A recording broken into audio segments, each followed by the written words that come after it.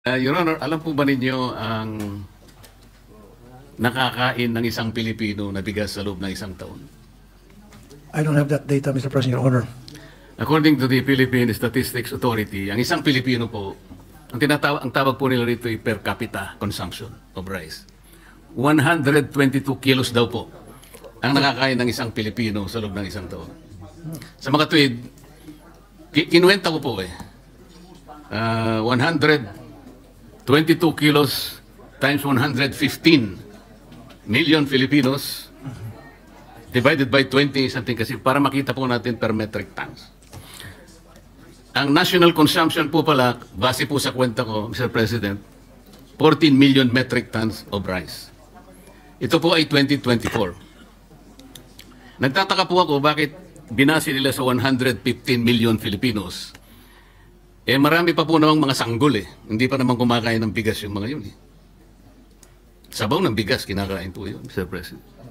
Meron din pong mga probinsya ang ating bansa na kumakain ng kasaba. Sa Mindanao po siguro marami doon. Meron din tayong mga lugar na mais ang kinakain, lalong-lalo na po sa Cebu. Sana po ay ibinawas sana ito.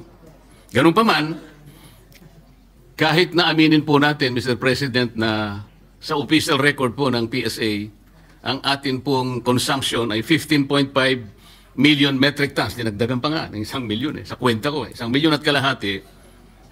Tinanong ko rin po yung production natin ng the same year. Ang sabi po nila, 19.3 million metric tons. So, ang sabi ko po, kukunti naman pala yung consumption natin. Mas malaki pa pala yung pinroduce natin, 19.3 million metric tons. Ipagpalagay mo ng 15.5 million metric tons ang kakainin ng bawat isang Pilipino. Di sana hindi tumaas ang presyo ng bigas. Wala pa pong importation dito, Mr. President. Sa production pa lang natin, kayang-kaya na nating takpan ang pangangailangan po ng bawat isang Pilipino. So nagtanong po ako sa aking mga kaibigan sa mga concerned agencies na ayaw na po nilang ipabanggit ang mga pangalan for obvious reasons. Paano po ako nangyari yun? This seems to be a very big conundrum for all of us. Hindi po nila mahipaliwanag, Mr. President. So dito po, kitang-kita natin ang napakalaking corruption na yung sinasabi po kanina ni Senator Jaime na supply chain. Kahit na po hindi natin tingnan doon Dito pa lang sa statistics na ito Sobra po ang ating production kaysa pangangailangan natin sa pagkain. Kaya nakakabahala po kung bakit wala pa pong importation dito, bakit ganun na po ang kinalabasan. Kagaya rin po ng mga nauna nag-interpellate na ako po tinawagan din ng ating mga kababayan na mga magsasaka sa Tarlac sapagkat ako naman po ay taga-Tarlac. At sa Pampanga, lalong-lalo na po ang Pampanga, sa Minalin, sa Florida Blanca, Candaba at Santa Ana. Halos umiiyak po sila one month ago sapagkat yung pong bagong gapas na palay ay binibili na lamang po between 7 to 8 pesos per kilo. Ang nabilad naman po, Mr. President, Your Honor, 11 to 12 pesos per kilo. Sabi po nila, umiiyak po sila literally. Nakakaawa po ang kanilang kalagayan kaya biniro ko na lamang po sila. Bakit ako po ang tinawagan ninyo? Kasi po Kapampangan kayo si Senador Lito Lapid, Kapampangan din. Pero ganito po ang gagawin natin. Kakausapin ko po ang aming mga kasama at pag-uukulan po natin ng atensyon ito pong problemang ito. Tama naman po na kailangan natin pong lunasan kaagad. Sapagkat kagaya po ng sinabi nila, wala na po kami kanyang kinabukasan pagka ganito ang patuloy na mangyayari sa amin. Kasaptar lang po, katulad po na pinag-uusapan nating tarification law, yung biyaya at pangako ng rice tarification law, sa barangay ko lamang po ay halos meron pang natitirang between 35 to 40 farmers na nabubuhay, Mr. President, Your Honor. Pero isa man sa kanila, nung tanungin ko, yung iba po ay meron ding nakalista sa RSBSA, pero ang karamihan po ay wala doon. Kaya nakikita ko, bakit wala sila sa RSBSA at yun namang nasa RSBSA, wala naman tinatanggap. Kaya kailangan po sigurong makita natin lahat yun, Mr. President. I totally agree with you, Mr. President, Your Honor. Pero kanina, medyo nakabulabog na banggit yung numero. Tama talaga kayo doon. Kung totoo yun, 14 million metric tons lang kailangan 115 Filipinos to makukonsume na rice in a year versus 19 million metric tons ang pinaproduce natin sa ating bansa na bigas. Ba't pa tayo mag-import? So that has to be investigated, Mr. President. Sa kanila po galing yung statistics, Mr. President. That is correct. That has to be investigated thoroughly. Kung tama ba yung figures, then What is the pleasure of the Honorable Pangilinan? With the permission of Senator Marcoleta and Senator Tulfo. With the permission of the gentleman who have the thank floor, you. Senator Pangilinan may proceed. I may be mistaken, but I think the 19 million is palay. Igigiling pa yun. And 60% of that 19 million metric tons of palay becomes rice. So it's about 11.9 to 12 million na bigas. Kaya yung importation mo, yung consumption is 15 million bigas, 19 million yung palay. Pagka yan ay giniling, magiging 60%, which is about 12 million. So yung gap is about 2 million metric 2 tons. to 3 million. So dapat import natin no more than Well, 3 yes. million. Dapat, If we go by the yes. statistics, those numbers. Hindi 5 million. No? Okay. Well, again, we will have to check the data, but I think that's... We have to check the data, Mr. President, because what I got, hindi po pala ito. Because alam ko po ang conversion rate. 67% po ang conversion rate mula sa palay sa pagiging bigas.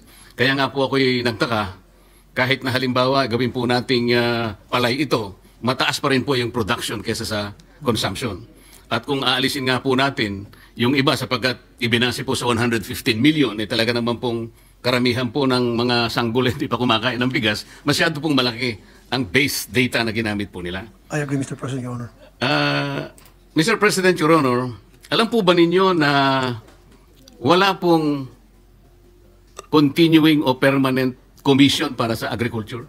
Hindi po kagaya ng EDCOM. Meron po tayong Education Commission na ito po ay created by law. Kaya po ito ay tuloy-tuloy na nagagampanan nila yung pagsasakatuparan ng pagre-review, pagre-revisa, yung progreso ng ating educational system. Ganon din po ang kuryente, ang energy sector po natin.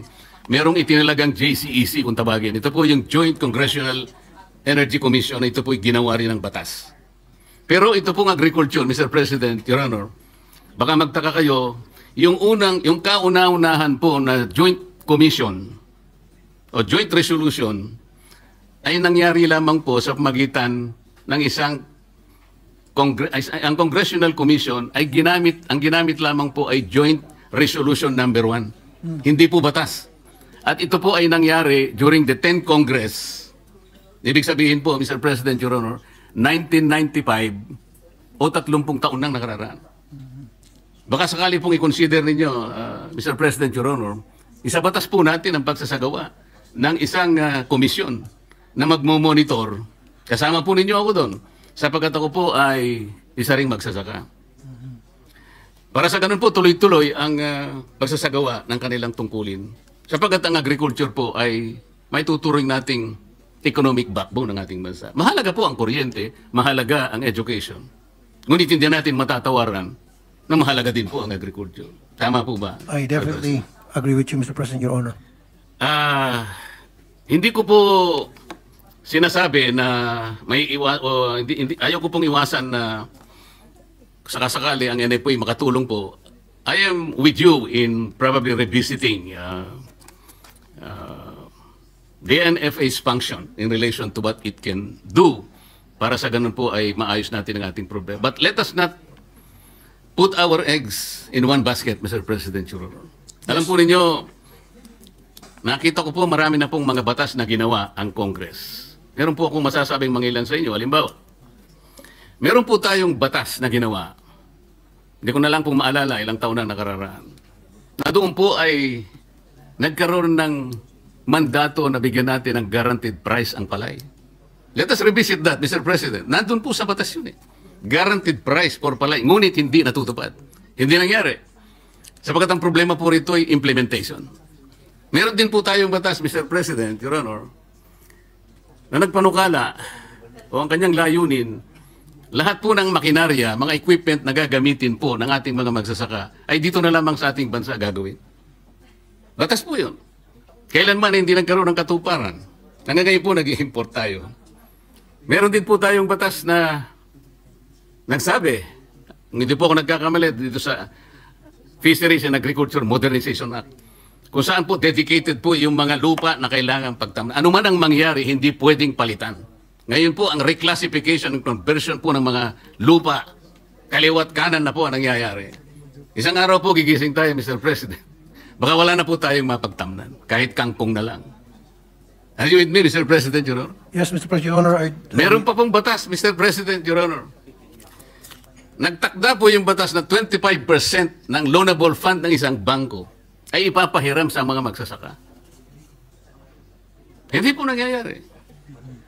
Ang bangko po siguro sapagkat masyadong commercialized. Pero yun po tumutukoy hindi lang private banks po, pati public banks. Talagang kailangang bigyan 25% ng kanilang pondo ipautang. Gumawa po sila ng paraan para maiwasan ito, ibinigay sa mga mangungutang na kunwari related sa agriculture, doon po napunta kaya napakaraming warehouse po na nangyari. Pero sa farmer po, walang masya. Ano pong gusto kong ipaintindi, Mr. President? Ang oversight function po ng Congress ay napakabisa rin. Tingnan po natin, repasuhin natin lahat. At mula doon, marami po tayo may tutulong sa ating mga kababayan. Salamat po, Mr. President. Your Honor. Thank you, Mr. President. Thank you, Your Honor. Po mga ka-idol ha. So hindi talaga tayo nagkamali ha na binoto po si Senator Rodante Marcolita mga ka-idol. O ito po sa kanyang panaya mga ka-idol sa kanyang mga computation tungkol po sa ating mga agrikultura ay talagang maganda tong mga hangarin po ni Senator Marcolita mga ka-idol. So, suportahan po natin po si Senator Rodante Marcolita sa kanyang layunin mga ka-idol. So, bukod doon dito sa pagpahalaga sa agrikultura, mayroon pa itong ginakandak ng mga investigasyon mga ka-idol. So, hinahawakan na po niya ngayon yung pinakapangyarihang committee sa Senado, yung Blue Ribbon Committee mga kaidol. Yun namang pagsiwalat po sa mga tiwaling empleyado ng gobyerno o kung may mga posisyon, mga nanunungkulan po sa gobyerno. So, maraming salamat po sa inyong pagpanood mga kaidol. At i-share po ito yung video mga kaidol para makaabot po sa iba at makabigay po tayo ng impormasyon tungkol po sa mga gawain po ni Senator Rodante Marcolita mga kaidol sa 28th Congress. Thank you for watching. Bye-bye!